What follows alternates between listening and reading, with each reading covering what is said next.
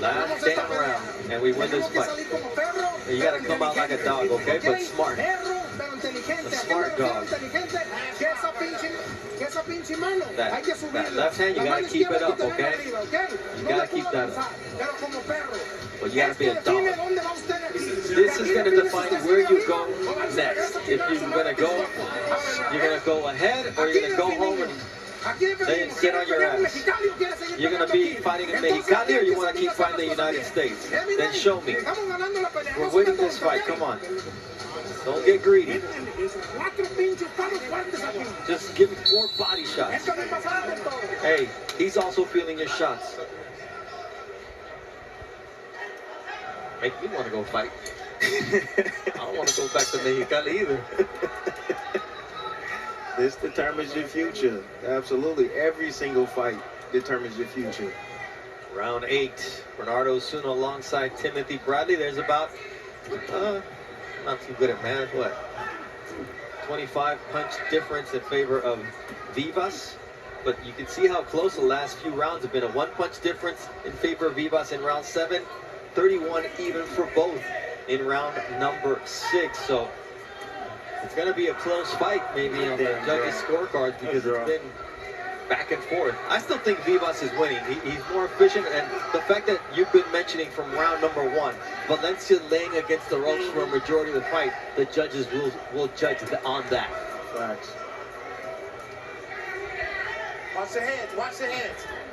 Short uppercut there from Vivas. Valencia trying to go to the body.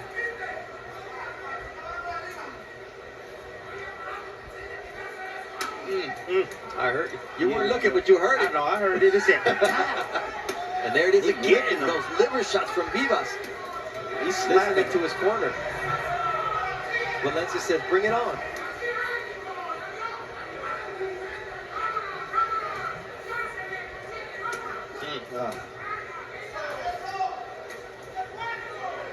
Valencia not backing down though, and he can take a shot.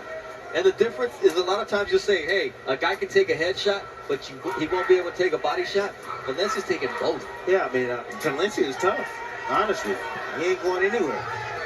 Never been stopped in his 7 professional losses against guys with a combined 93% win efficiency. So it's not some bums that are beating him. It's quality fighters. Right. Listen. Vivas' only losses have been to Eduardo Baez and Ruben Villa, who fought for a world title, was undefeated at the time in Midland, Texas. Valencia now digging with the right hooks. Ooh, this fight's gonna end how it started. The same way. They just drew a line in the ring and said, cross that line and come get it.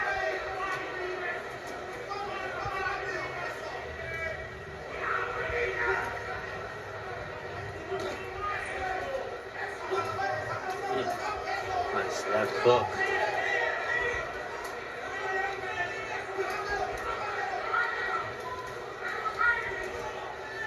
Good hard shots exchanged by Vivas and Valencia here in the 8th round. Why is it important to win, Bernardo? Stop. Because at the highest level, money becomes a contribution to a fighter's success. You got to understand that.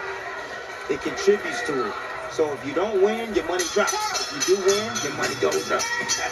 All right, I think Jose Enriquez Vivas' money is going to continue to go up. But guess what? Eddie Valencia came in and put on a show. Despite what the judges may say, these two fighters are both being checked out by the doctors because they just threw punches non-stop. Rock'em sock'em robots. We said this was going to be a Mexican Warrior shootout in the middle of the ring, and that's exactly what these two fighters provided.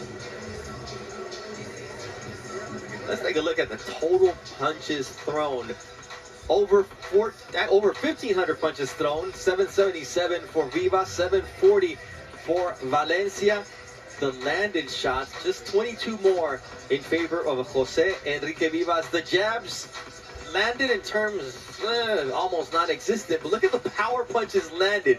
260 for Vivas, close to 230 for Eddie Valencia. That is where the fight took place, in close quarters, and these guys got intimate with one another. 36% of total punches landed for Vivas, just 2% less for Valencia, and the judges will have the final word in terms of what happened inside the ring between these two Mexican warriors who represented Culiacan and Texcoco, Mexico valiantly. The respect they show one another as we take a look at just what a brawl this was from the opening round. Vivas going to the body, Valencia answering upstairs. Then it was Valencia going to the chin with the uppercuts, and then downstairs testing the fortitude of Eddie Valencia, who even when he was backed up against the ropes, never stopped throwing punches. And this was a fight that you didn't need the full 20 feet of this ring. They just needed enough to stand, take a step back, only to take 2 steps forward and exchange punches as they did until the final bell. Despite the inflammation in his left eye, it wasn't a factor for Eddie Valencia, as Jose Enrique Vivas now is looking to get back on track. 21-2 record, Eddie Valencia, 19-7-6. Who adds a win to their record? Well, Mark Chinook will have that answer. Ladies and gentlemen, after 8 rounds here inside Resorts World, we go to the judges' scorecards for the official decision. Tim Cheatham scores the bout 77-75 in favor of Valencia. Lisa Giampa scores the bout 78-74 in favor of Vivas. Patricia Morse-Jarman scores the bout 77-75 for your winner by split decision, Jose Enrique El Ejecutor Vivas. We expected a close fight, and Enrique Vivas comes away with the win by split decision. A good night of action on the undercard, but what comes up next in the main card on ESPN?